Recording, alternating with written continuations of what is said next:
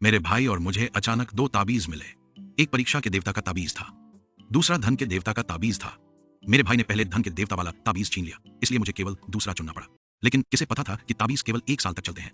अत्यधिक विलासिता की जिंदगी ने मेरे भाई को जल्दी ही गरीब बना दिया, लेकिन मैंने हमेशा मेहनत से पढ़ा। आखिरकार मेहनत से सीखी गई चीजें कभी समाप्त नहीं होती। बाद में मैंने राष्ट्रीय विज्ञान और प्रौद्योगिकी पुरस्कार जीता और एक व्यापारिक प्रतिभा के साथ हमने शैन हुआ समूह बनाया। एक 100 अरब से अधिक की संपत्ति के साथ मैं सबसे अमीर आदमी बन गया। अचानक मेरे भाई को जलन हुई। एक पारिवारिक सभा में उसने मुझे सीढ़ियों से गिरा दिया और जब मैं पुनर्जन्म लिया, 1 हफ्ते पहले जब हमें ताबीज मिले, मैंने पाया कि मेरे भाई ने पहले ही परीक्षा के देवता का ताबीज चुन लिया था। मुझे पता था कि वह भी पुनर्जन्म लिया था। आखिरकार पिछले जीवन में वह धन के देवता का ताबीज पाने के लिए संघर्ष कर रहा था। मैं मुस्कुराया। मुझे पढ़ाई करना पसंद है, इसलिए परीक्षा के देवता का ताबीज होना जैसे बाघ को पंख देना होगा। इसलिए मैंने खुशी खुशी इस ताबीज को स्वीकार किया। भाई, इस बार मेरी बारी है कॉलेज प्रवेश परीक्षा में टॉप स्कोरर बनने की, किंग बे में जाने की और दुनिया द्वारा प्रशंसा किए गए वैज्ञानिक बनने की। तुम बस 1 साल का आनंद लो और फिर गरीब हो जाओ। सही है? यह देखकर मैंने उसे हल्की मुस्कान दी। तो मुझे तुम्हारी उज्जवल भविष्य में मदद करने दो। धन के देवता का ताबीज मिलने के बाद मैंने अपने पास केवल 50 युआन की जेब खर्च की और एक लॉटरी स्टेशन पर गया। मैंने 20 युआन में 10 स्क्रैच ऑफ टिकट खरीदे। मैंने बड़ा पुरस्कार नहीं जीता, लेकिन मैंने 50 शून्य युआन स्क्रैच किया। फिर मैंने वह 50 शून्य विभिन्न लॉटरी स्टेशनों पर ले जाकर 10 शून्य विभिन्न प्रकार के 100 गुना भाग्य लॉटरी टिकटों पर खर्च किया और आज रात के ड्रॉ का इंतजार किया। टिकट खरीदने के बाद मैंने एक फोन, कंप्यूटर, हेडफोन और अन्य उपकरण खरीदे जो मेरे पास नहीं थे। फिर मैं हाइडिलाओ में अच्छा खाना खाने गया। मेरे पिछले जीवन में मैं पढ़ाई और शोध में इतना व्यस्त था कि मैं अक्सर खाना खाना भूल जाता था, जिससे गैस्ट्राइटिस पेट के कैंसर में विकसित हो गया। जो चीजें मैं खा सकता था वे बहुत कम थीं। मेरे पास दुनिया के सभी हाइडिलाओ रेस्तरां, बारबेक्यू जॉइंट्स और स्केयर शॉप्स खरीदने के लिए पर्याप्त पैसे थे, लेकिन मेरा पेट एक बार भी हॉटपॉट, बारबेक्यू या स्केयर नहीं सहन कर सकता था। स्वादिष्ट हॉटपॉट का आनंद लेने के बाद मैंने एक 5 सितारा होटल में एक किंग साइज का कमरा बुक किया। मेरे पिछले जीवन में एक अच्छी नींद पाने के लिए मैंने $4.2 मिलियन एक हेस्टिंग्स गद्दे पर खर्च किए। फिर भी मुझे अनिद्रा का सामना करना पड़ा। मुझे डर था कि मेरी सोच तेज नहीं होगी, डर था कि मैं नई तकनीक विकसित नहीं कर पाऊंगा। मैं नींद की गोलियां लेने की हिम्मत नहीं करता था और केवल सुबह तक चौकस रहकर सहन करता था। अब मेरी नींद आखिरकार सामान्य हो गई है। मैंने देखा कि 15 घंटे बीत चुके थे। मैंने अपने फोन को खोला ताकि लॉटरी परिणाम देख सकूं। ध्यान से जांचने के बाद मैंने कुल $1.5 मिलियन जीते थे। इससे मैं रातों रात अमीर नहीं बना, लेकिन धन के देवता के ताबीज के बिना कई लोग अपनी पूरी जिंदगी में 10 शून्य युआन भी नहीं जीत सकते। मैं तुरंत लॉटरी केंद्र गया ताकि पुरस्कार प्राप्त कर सकूं। 20% कर कटौती के बाद मेरे पास केवल $1.2 मिलियन बचे। मेरे मूर्ख भाई के विपरीत उसे पैसे बढ़ाने का तरीका नहीं पता था, इसलिए वह ताबीज के समाप्त होने पर अपनी संपत्ति बनाए नहीं रख सका। मैंने वैज्ञानिक अनुसंधान किया और एक कंपनी चलाई। मेरे पिछले जीवन का ज्ञान मिटा नहीं गया था। पैसा केवल एक बाहरी वस्तु है। केवल मेहनत से प्राप्त ज्ञान और कौशल आपके जीवन भर के लिए आपके होते हैं। मैंने अपने कंप्यूटर को चालू किया, एक प्रतिभूति खाता पंजीकृत किया और उस स्टॉक को पाया जो मेरे पिछले जीवन में बाजार में एक किंवदंती थी। डोंगफांग टेक्नोलॉजी अभी यह स्टार्टअप स्टॉक अपने प्रारंभिक प्रस्ताव में था और इसकी कीमत अपने सबसे निचले स्तर पर थी। मेरी याददाश्त के अनुसार 1 सप्ताह में यह स्टॉक वर्तमान 1 युआन प्रति शेयर से आधे साल में 300 युआन प्रति शेयर से अधिक हो जाएगा। यह मेरे पैसे बढ़ाने का सबसे तेज तरीका था। मैंने 1.2 मिलियन को स्टॉक में निवेश किया, इसके गुणा होने की प्रतीक्षा कर रहा था। 300 गुना। इसके विपरीत मेरे भाई ने परीक्षा के देवता के ताबीज के साथ पिछले जीवन की तरह मेहनत से पढ़ाई जारी नहीं रखी। क्लास में वह या तो सोता था या पत्रिकाएं पढ़ता था और उसने कभी अपना होमवर्क नहीं किया। यहां तक कि शिक्षक भी उसे डांटने से नहीं चूकते थे, लेकिन उसने बेपरवाह होकर जवाब दिया, मैं एक स्वाभाविक प्रतिभा हूं, मुझे इतनी मेहनत से पढ़ाई करने की जरूरत। वैसे भी जब कॉलेज प्रवेश परीक्षा आएगी तो वह तुम्हारे लिए प्रांत का टॉप स्कोरर होगा। यह देखकर कि वह दिन में सपने देख रहा था, शिक्षक ने उसे छोड़ दिया, लेकिन मैंने मेहनत से पढ़ाई जारी रखी। हालांकि पिछले जीवन में मैं प्रांत का टॉप स्कोरर था और किंग बे में पोस्ट डॉक्टर की पढ़ाई करने गया, फिर भी मैंने कॉलेज प्रवेश परीक्षा को हल्के में लेने की हिम्मत नहीं की। लेकिन इस बार मेरा लक्ष्य किंग बे नहीं था और मैं विशेष रूप से पिछले समय के समान रास्ता नहीं चलना चाहता था। क्योंकि स्वर्ग ने मुझे पुनर्जन्म लेने दिया, इसलिए एक ही रास्ता दोहराना बेकार है। इसके अलावा इस बार मैं बिल्कुल नहीं चाहता था कि मैं लियू रुआन, तकनीकी प्रतिभा के लड़के और व्यापारिक प्रतिभा से मिलूं। लड़की प्रेम का एक शक्तिशाली संयोजन। दुनिया के लिए यह एक मिथक की तरह परफेक्ट लग रहा था। कोई नहीं जानता था कि हर कदम जो मैंने उठाया वह तेज चाकू पर नंगे पैर चलने जैसा था। खून बह रहा था और दर्द में था, फिर भी मुझे दुनिया का सामना मुस्कान के साथ करना। मेरे भाई के पास परीक्षा के देवता का ताबीज था। हालांकि वह आलसी था और पढ़ाई नहीं करता था, यह उसकी परीक्षा के परिणामों को प्रभावित नहीं करता था। वास्तव में वह हमेशा मुझसे 1 अंक अधिक प्राप्त करता था, स्कूल में पहले स्थान पर रहता था और शिक्षकों और सहपाठियों द्वारा प्रशंसा। मेरे भाई की नाक बहुत ऊंची थी, हवा में। जब भी उसने मुझे पढ़ाई करते देखा वह मेरा मजाक उड़ाता, भाई चाहे तुम कितनी भी मेहनत करो तुम मुझसे नहीं जीत सकते। मैं तुम्हें सलाह देता हूं कि तुम पढ़ाई करना बंद करो और अपने दयनीय धन के देवता के ताबीज का लॉटरी टिकट खरीदने के लिए 1 साल तक अच्छे से खाओ और पियो और फिर गरीब होने का इंतजार करो। मैंने उसे अनदेखा किया। मेरे स्टॉक्स पहले ही 100 गुना बढ़ चुके थे। मेरे खाते में फंड 100 मिलियन से अधिक हो गए। मुझे भव्य जीवन शैली में कोई दिलचस्पी नहीं है। मुझे बस दिन में 3 बार अपने पसंदीदा खाने की जरूरत है और एक अच्छी नींद। जहां तक लॉटरी का सवाल है, मैं और कोई टिकट नहीं खरीदने वाला। मुझे जीतने के अवसर दूसरों के लिए छोड़ देने चाहिए। दिन बीत गए। कॉलेज प्रवेश परीक्षा करीब आ रही थी। जब डोंगफांग टेक्नोलॉजी का स्टॉक मूल्य 300 युआन प्रति शेयर पर पहुंचा, मैंने तुरंत सब बेच दिया। मेरे खाते में फंड 400 मिलियन से अधिक हो गए। बेशक मैं इसे बेकार नहीं छोड़ने वाला था। मेरी याददाश्त पर भरोसा करते हुए मैंने कई संभावित स्टॉक्स में निवेश किया ताकि वे बढ़ते रहें। मेरे भाई अपने सुंदर चेहरे और प्रतिभाशाली लड़के के व्यक्तित्व के साथ जल्दी ही ऑनलाइन प्रसिद्ध हो गया। अपने ज्ञान को साझा करके उसने लगभग 2 मिलियन कमाए, लेकिन उसने पिछले जीवन से सबक नहीं सीखा और कभी अपने कौशल में सुधार करने की कोशिश नहीं की। भाई, तुम सोचो मैंने किससे मुलाकात? मेरे भाई ने मेरे कमरे में प्रवेश किया, आत्मसंतुष्ट दिखते हुए। मैं कुछ शोध डेटा की गणना करने में व्यस्त था और ऊपर देखने की परवाह नहीं की। नहीं पता और कोई दिलचस्पी नहीं। तुम्हें मेरी बात सुनकर दिलचस्पी होगी जब मैं उसका नाम लूंगा। यह लियू रुआन है, व्यापारिक प्रतिभा की लड़की। मेरे भाई ने यह कहते हुए मेरी ओर बहुत रुचि से देखा। पिछले जीवन में जो कुछ भी तुम्हारा, मैं बहुत खुश हूं। मैंने समझने का नाटक किया। मुझे नहीं पता तुम किस बारे में। पिछले जीवन के बारे। इस जीवन, मुझे पिछले जीवन की कोई याद नहीं है। यह देखकर मेरे भाई ने, क्या तुम पुनर्जन्म? क्या तुमने बहुत सारे उपन्यास पढ़ लिए हैं और बेवकूफ हो गए हो? मैंने जानबूझकर भृंग से मुंह बनाया और उसके माथे को छूने के लिए हाथ बढ़ाया। मेरे भाई ने मेरा हाथ हटा दिया और मेरे कंधे पर थपथपाते हुए कुछ निराशा से कहा, खैर यह मजेदार नहीं है। मैं उम्मीद कर रहा था, लेकिन कोई बात नहीं। वैसे भी इस जीवन में किंगबे मेरा है, लियू रुआन मेरा है और सीईओ होना भी मेरा है। जहां तक तुम्हारा सवाल है, तुम्हारे छोटे भाई के रूप में मैं तुम्हें सलाह दूंगा कि कुछ। मेरी उदासीनता ने उसे ठुकरा हुआ महसूस कर उसने दरवाजा बंद किया और चला गया। हालांकि मेरे भाई ने मुझे जाने नहीं दिया। एक पल बाद वह मेरे पास सिर्फ मेरी ओर इशारा करते हुए, वीडियो कॉल पर लियू रुआन थी। रुआन, मुझे तुम्हारा परिचय देना। यह मेरे सुंदर भाई हैं। स्क्रीन पर लियू, छोड़ दो। मुझे दूसरों की किस्मत का सम्मान करना, यह मेरे भाई का अपना चुनाव है। जो भी परिणाम हो उस मैं परवाह नहीं कर सकता। रुआन, तुम्हें मेरे भाई के बारे में क्या लगता है? कुछ खास नहीं। लियू रुआन की प्रतिक्रिया ने मेरे भाई के चेहरे को तुरंत रोशन कर दिया। उसने मुझे आत्मसंतुष्ट होकर देखा। देखो भाई, रुआन कहती है तुम कुछ खास नहीं हो। मैंने सहमति में सिर हिलाया। हाँ, नमस्ते सुंदर। मेरे भाई को थोड़ी निराशा हुई। फिर उसने वीडियो में कहा, वह अपनी जगह जानता है। वह जानता है कि वह मुझसे न तो पढ़ाई में और न ही रूप में मुकाबला कर सकता है। वास्तव में वह तुमसे मुकाबला नहीं कर सकता। आखिरकार प्रतिभाएं इस दुनिया में अल्पसंख्यक होती हैं। बिल्कुल सही। और हम संयोग से उनमें से 2 हैं। दुनिया हमारी होगी, तब मेरे भाई को मुझसे काम करने के लिए भी योग्य नहीं होगा। हा हा हा। उसकी आत्मसंतुष्ट और शैतानी हंसी सुनकर मैंने मुस्कुराया और उसे बाहर धकेल दिया। मैंने दरवाजा बंद कर दिया ताकि वह मुझे फिर से परेशान न करे।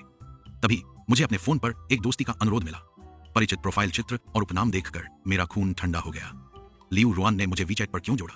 मैंने यह खाता पुनर्जन्म के बाद एक नए फोन के साथ पंजीकृत किया। मैंने अपने परिवार को भी नहीं बताया, न ही अपने भाई को। लियू रुआन मुझे कैसे ढूंढ सकती है? यह वीचैट खाता। हालांकि इस जीवन में मैं उससे कोई संबंध नहीं रखना चाहता, इसलिए मैंने उसे अस्वीकार करने के लिए क्लिक किया और उसे ब्लॉक कर दिया ताकि कोई और अनुरोध में। एक पल बाद एक और दोस्ती का अनुरोध आया। नमस्ते भाई, मैं लियू रुआन हूं, तुम्हारे भाई की दोस्त। उसने वास्तव में मुझे जोड़ने के लिए एक और वीचैट खाता इस्तेमाल किया। यह देखकर वीचैट संदेश, मेरा खून और भी उबल गया। मेरे पिछले जीवन में मैंने उसके इस वैकल्पिक वीचैट खाते का पता लगाया। मैंने चुपके से लॉगिन किया और जो मैंने देखा उसने मेरी विश्वदृष्टि को पूरी तरह से तोड़ दिया। दुनिया की नजर में लियू रुआन का अच्छा पारिवारिक पृष्ठभूमि था और उसकी आकृति अद्वितीय थी। वह एक व्यापारिक प्रतिभा भी थी जिसे अनगिनत पुरुषों द्वारा प्रशंसा की गई। यहां तक कि ऑनलाइन एक लोकप्रिय गाना था, अगर तुम शादी करने जा रहे हो तो लियू रुआन से शादी करो। और उसके पति के रूप में मैं स्वाभाविक रूप से ईर्ष्या और जलन का विषय था। उन्होंने पूरी तरह से नजरअंदाज कर दिया कि मैं देश के सबसे उच्च विज्ञान और प्रौद्योगिकी पुरस्कार का विजेता था। मेरी सभी कोशिशों को नजरअंदाज किया और मुझे केवल लियू रुआन के पति के रूप में देखा। लेकिन केवल मैं जानता था कि लियू रुआन का पति होना न केवल दुखद था बल्कि दयनीय भी था। इतना दयनीय कि मैं उसके साथ किसी भी रिश्ते को अनंत काल के लिए नहीं चाहूंगा। लेकिन वह मुझसे भूत की तरह क्यों चिपकी हुई है? लियू रुआन द्वारा जोड़े जाने से बचने के लिए मैंने बस अपना वीचैट खाता हटा दिया। भाई, कल 5.2 है, रुआन मुझसे मिलने आ रही है। मेरे भाई ने फिर से मेरे कमरे में आकर दिखावा किया। उसने कहा कि वह मुझे एक अविस्मरणीय और रोमांटिक 5.2 देने। मैं बहुत उत्साहित हूं, मैंने ठंडे स्वर में जवाब दिया। हालांकि मेरे भाई को मेरी ठंडी प्रतिक्रिया से असंतोष था। उसने मेरे कंधों को पकड़ा और सवाल किया, क्या तुम मुझसे जलती हो? मैंने उसे मजाक में देखा। अगर तुम ऐसा सोचना चाहती हो वेई, मैं तुम्हें रोक नहीं सकता, लेकिन अब से कृपया मेरे सामने लियू रुयान का जिक्र मत करो। मैं नहीं जानना चाहता और मुझे कोई दिलचस्पी नहीं है। मेरे भाई का चेहरा गुस्से में बदल गया, उसकी आंखें चौड़ी हो गईं। भाई, मैं तुम्हें चेतावनी दे रहा हूं, उन चीजों पर नजर मत डालो जो तुम्हारी नहीं है। वैसे रुयान तुम पर ध्यान नहीं देती। मैंने सिर हिलाकर अपनी सहमति जताई। सही है, ठीक है, वह तुम्हें पसंद करती है। मैं चाहता हूं कि तुम दोनों हमेशा के लिए एक साथ रहो, कभी अलग न हो। मेरे भाई का चेहरा गर्व से भरा हुआ था। बेशक, इस जीवन में मैं उसके साथ एक आदर्श जोड़ी बनूंगा। तुम बस अपनी किताबों में ही सिर घुसाए रखो। शायद तब मेरे भाई के लिए वह तुम्हारे लिए एक अच्छी नौकरी ढूंढ लेगा। अरे कहां, उसे यह आत्मविश्वास कहां से मिलता है?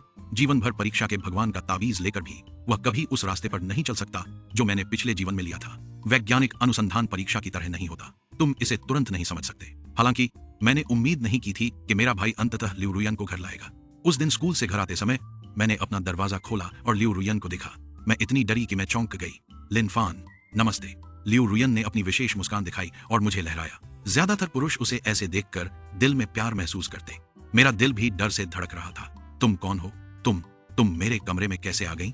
मैंने उसे नहीं जानने का नाटक किया, सीधा चेहरा बनाया और उसे सख्ती से पूछा, लियू रुयान, तुम्हारी भविष्य की पत्नी।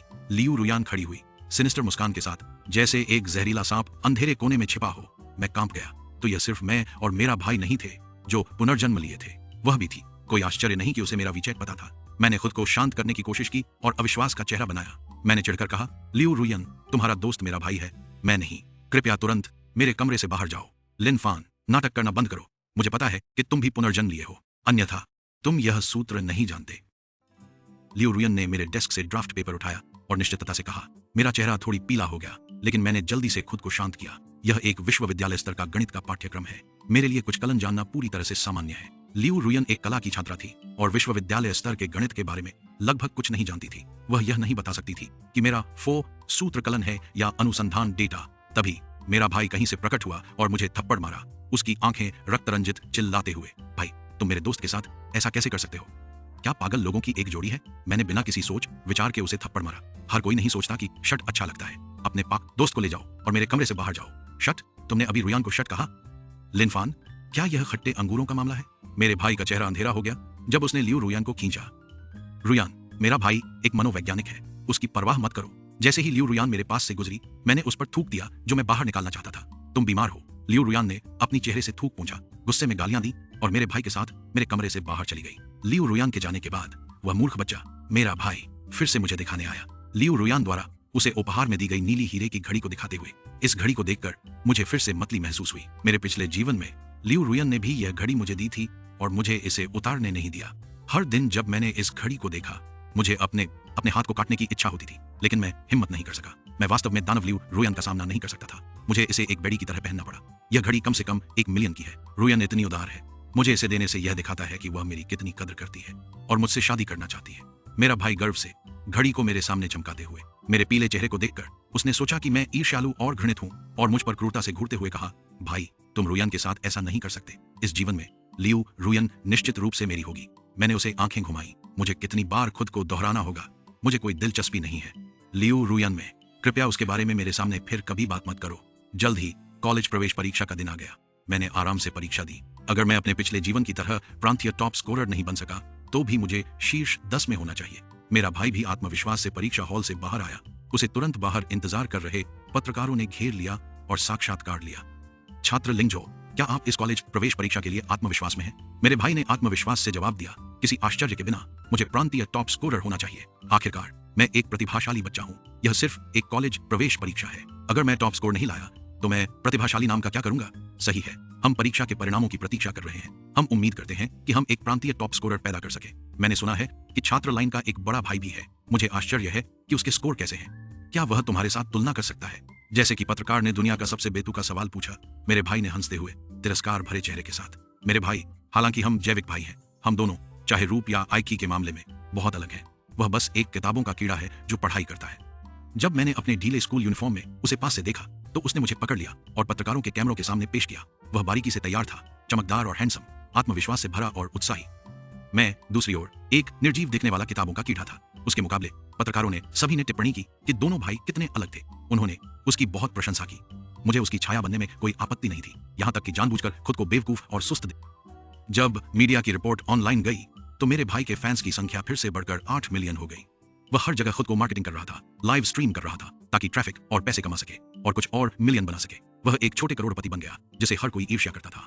वह मेरे सामने कमाए गए पैसे को दिखाते हुए मुझे चिढ़ा रहा था कि मेरे पास धन का भगवान है, लेकिन इसका उपयोग नहीं कर रहा हूं, फिर भी गरीब दिख रहा हूं। बेशक मैं उसे यह नहीं बताऊंगा कि मैंने शेयर बाजार में जो निवेश किया था वह पहले ही 1.2 बिलियन तक दोगुना हो चुका है। जब यह 3 बिलियन तक पहुंच जाएगा तब मैं अपनी बड़ी चाल चलूंगा।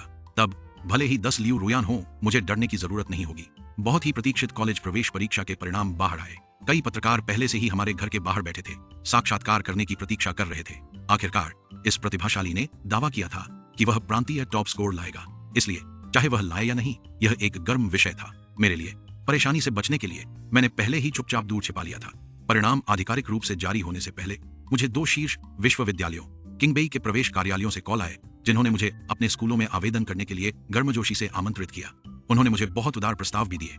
ये कॉल मेरे पिछले जीवन के समान थे, इसलिए मुझे यकीन था कि मैंने अच्छा किया। मैंने किंगबेई के अच्छे प्रस्ताव को विनम्रता से अस्वीकार कर दिया, यह कहते हुए कि मैं राष्ट्रीय रक्षा विश्वविद्यालय में जाना चाहता हूँ। देश की सेवा करने के लिए मेरे दिल में देशभक्ति से भरा हुआ मेरे पिछले जीवन में मेरे पास यह सपना था, लेकिन मैं हमेशा लियू रुयन द्वारा नियंत्रित होता रहा। उसकी व्यक्तिगत इच्छाओं के लिए एक उपकरण बन गया, खुद की मदद नहीं कर सका। इस जीवन में मैं किंगबेई विश्वविद्यालय की प्रतिष्ठा पर ध्यान नहीं दूंगा। मैं लियू रुयान के साथ कोई संबंध नहीं रखूंगा।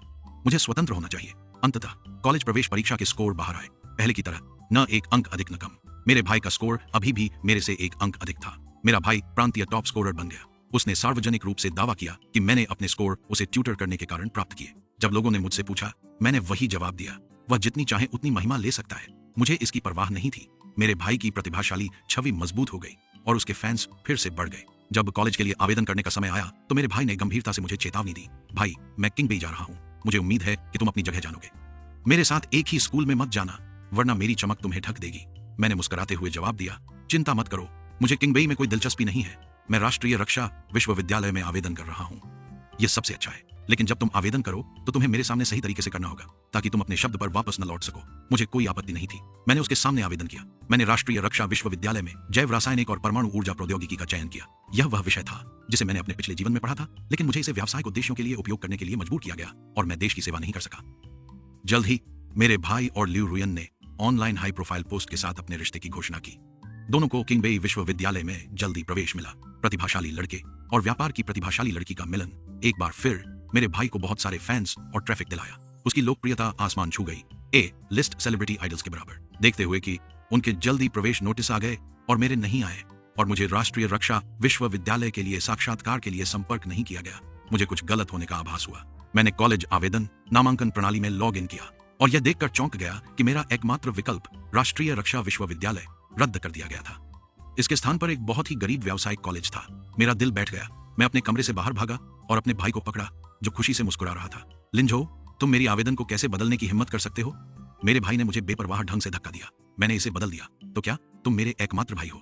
मैं तुम्हें देश को नहीं सौंपना चाहता और मैं नहीं चाहता कि मैं अकेला हमारे माता पिता की देखभाल की जिम्मेदारी उठाऊं। इसके अलावा तुम केवल एक व्यावसायिक कॉलेज के लिए ही उपयुक्त हो। मैं इतना गुस्सा हुआ कि मैंने उसे जोर से थप्पड़ मारा। फिर मैं देखूंगा कि तुम कितने योग्य हो। बेशक मैं यह नहीं कह सकता था कि मैं राष्ट्रीय रक्षा विश्वविद्यालय में नहीं जा सकता, जिसका मैं लंबे समय से सपना देख रहा था। केवल वहां जाकर मैं वास्तव में लियू रुयान से बच सकता था। अपने पिछले जीवन में मेरे पास राष्ट्रीय रक्षा विश्वविद्यालय के चांसलर के साथ संबंध थे और उसके संपर्क की जानकारी थी। मैंने चांसलर को फोन किया और अपनी स्थिति समझाई। उसने मुझे राजधानी में एक साक्षात्कार के लिए आने को कहा। मैंने तुरंत एक उड़ान बुक की और विमान में चढ़ गया। राजधानी पहुंचकर मैंने चांसलर से मुलाकात की। मेरे साथ बातचीत करने के बाद चांसलर ने तुरंत अपवाद बनाने और मुझे स्वीकार करने की पेशकश की। उसने मुझे यह भी वादा किया कि अगर मैं वास्तव में अनुसंधान को वित्त पोषित कर सकूं तो मुझे जैव रासायनिक और परमाणु ऊर्जा टीम मिलेगी। मेरे शेयर संपत्तियां पहले ही 3 बिलियन तक पहुंच चुकी थी। अनुसंधान को वित्त पोषित करना कोई समस्या नहीं थी। मुझे एक मंच और एक प्रतिभाशाली टीम की आवश्यकता थी। हालांकि यह देखकर कि मैं राष्ट्रीय रक्षा विश्वविद्यालय में दाखिला लेने जा रहा हूं, मेरे भाई ने उलझन में पूछा, तुम राष्ट्रीय रक्षा विश्वविद्यालय में कैसे दाखिला ले सकते हो? अपनी योग्यता पर मैं अपना सूटकेस लेकर दरवाजे से बाहर चला गया। जाने से पहले मैंने उसे याद दिलाने के लिए पलटा, हमारे अच्छे भाग्य के चार्म समाप्त होने वाले हैं। किंगबे में एक प्रवेश परीक्षा होगी जो क्षमताओं का परीक्षण करेगी। तब अपनी असली रंगत मत दिखाना। मेरे भाई के चेहरे पर थोड़ी घबराहट दिखाई दी, लेकिन उसने जल्दी से खुद को संभाल लिया। उसने बेपरवाह ढंग से कहा, मैं पहले ही दाखिला ले चुका हूँ, मुझे विश्वास नहीं है कि वे मुझे बाहर निकाल सकते हैं। आखिरकार मैं 10 मिलियन फैंस वाला एक इंटरनेट सेलिब्रिटी हूँ। मुझे यकीन है कि वे इतने बेवकूफ नहीं होंगे। जो भी हो, मैंने अपना सूटकेस खींचा और सीधे अपने सपने की ओर बढ़ा, देश की रक्षा में योगदान देने के लिए। जैसे ही मैं विमान से उतरा, मेरा फोन बजा। यह देखकर कि यह एक अज्ञात नंबर था, मैंने सोचा कि यह राष्ट्रीय रक्षा विश्वविद्यालय से है, लेकिन फोन पर मैंने लियू रुयान की आकर्षक आवाज सुनी। लिन फैन, मैं मांग करता हूं कि तुम तुरंत राष्ट्रीय रक्षा विश्वविद्यालय से बाहर निकलो, नहीं तो यह तुम्हारे भाई की जिंदगी को नरक बना देगा। मेरी पिछली जिंदगी में लियू रुयान ने भी मेरे भाई की जिंदगी का इस्तेमाल मुझे धमकाने के लिए किया। तब मैंने हमारे भाईचारे के बंधन को संजोया और उसे अपनी कमजोरी बनने दिया, लेकिन इस जीवन में उसने हर मोड़ पर मुझसे एक कदम आगे बढ़ने की कोशिश की। उसने मेरे आवेदन में भी छेड़छाड़ की, मेरे लिए जो आखिरी पारिवारिक स्नेह था उसे खत्म कर दिया। मैं अब उसकी जिंदगी या मौत की परवाह नहीं करूंगा, खासकर अगर इसका मतलब लियू रुयान के साथ उलझना है। मुझे परवाह नहीं थी। मैंने लियू रुयान से एक और शब्द नहीं कहा, मैंने बस फोन काट दिया, उसका नंबर ब्लॉक कर दिया और अपना फोन बंद कर दिया। स्कूल में पंजीकरण करने के लिए पहुंचते ही चांसलर ने मुझे अपने कार्यालय में बुलाया और मुझे शिकायत पत्रों का एक ढेर दिया। ये पत्र सभी तुम्हारी खराब नैतिक चरित्र और परीक्षा में धोखाधड़ी का आरोप लगाते हैं। तुम्हें क्या लगता है? मुझे पता था कि ये पत्र लियू रुयान का काम होना चाहिए। उसे पता था कि जैसे ही मैं राष्ट्रीय रक्षा विश्वविद्यालय में प्रवेश करूंगा और एक राज्य सुरक्षित शोधकर्ता बनूंगा, वह मुझसे संपर्क नहीं कर सकेगी, मुझे नियंत्रित नहीं कर सकेगी या मुझे शोषण नहीं कर सकेगी। मैंने पत्र नहीं खोले, इसके बजाय मैंने चांसलर की ओर शांति से देखा। चांसलर, मेरी आत्मा साफ है। अगर आप मुझ पर संदेह करते हैं तो आप मुझे एक प्रायोगिक अवधि दे सकते हैं। मैंने विशेष रूप से तुम्हें भर्ती किया। मैं तुम पर विश्वास करता हूं। मैं आशा करता हूं कि तुम हमारे राष्ट्रीय रक्षा में योगदान कर सको। हमें वास्तव में तुम्हारे जैसे प्रतिभा की जरूरत है। चांसलर ने मेरे कंधे पर हाथ रखा और मुस्कुराया। बाहर की ओर इशारा करते हुए मैंने दरवाजे की ओर देखा। मेरे परिवार की छोटी लड़की। चांसलर ने उसकी ओर इशारा किया और मुझे उसका परिचय दिया। वह तुम्हारी टीम में शामिल होना चाहती है। देखो, क्या तुम उसे चाहते हो? हाँ, मैं चाहता हूं। मैंने बिना एक पल सोचे उत्साह से सिर हिलाया। मैं राष्ट्रीय रक्षा विश्वविद्यालय में प्रवेश करने के लिए इतना अडिग था, न केवल देश की रक्षा में योगदान देने के लिए, बल्कि बाय निंगबिंग के लिए भी। मैं उसके साथ काम करना चाहता था और उसके साथ जीना चाहता था। धन्यवाद जूनियर लिन, कृपया भविष्य में मेरी। बाय निंगबिंग ने मुझे अपना हाथ बढ़ाया। मैंने घबराते हुए उसका हाथ थाम लिया। जैसे ही मैं अपना हाथ वापस खींचने वाला था, उसने अचानक उसे मजबूती से पकड़ लिया। उसकी आंखें उत्साह से चमक रही थीं जब उसने मेरी ओर देखा। लिन फैन, मैंने तुम्हारा इतना समय तक इंतजार किया है। मैंने आश्चर्य से उसकी ओर देखा। क्या तुम मुझे जानती? मैं तुम्हें बहुत बहुत समय से जानती हूँ, इतना समय कि यह एक जीवन काल की तरह लगता है। बाय निंगबिंग ने मुझे गहराई से देखा। उसकी आंखों में एक अर्थपूर्ण चमक थी। मैंने समझा, वह भी पुनर्जन्म ले चुकी थी। मैंने हमेशा सोचा था कि मेरे लिए उसके प्रति भावनाएं केवल एक तरफा क्रश थी। मैंने कभी उम्मीद नहीं की थी कि वह भी मेरा इंतजार कर रही थी।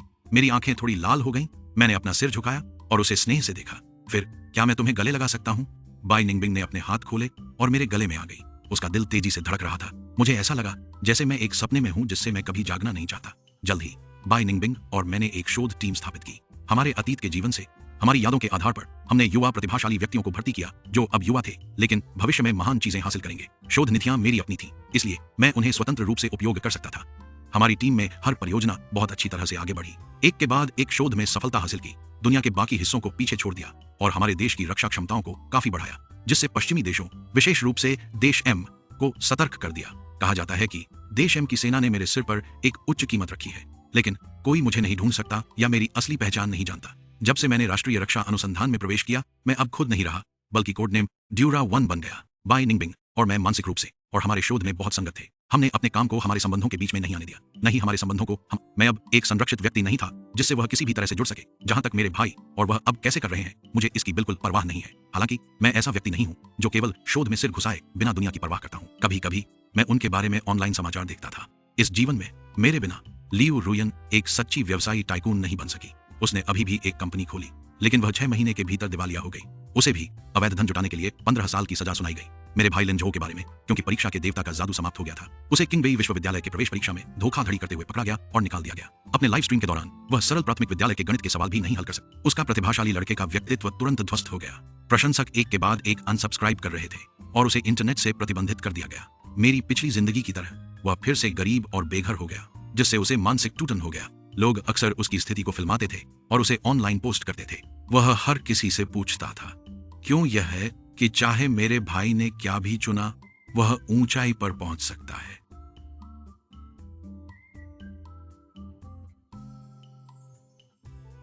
क्यों जो कुछ भी मैं चुनता हूं वह दुर्भाग्य में बदल जाता है। कोई भी राहगीर उसे जवाब नहीं देता, लेकिन मैं उसे बताना चाहता था, केवल मेहनत से कमाए गए चीजें कभी नहीं गायब हो सकती। Only things earned through hard work can never disappear.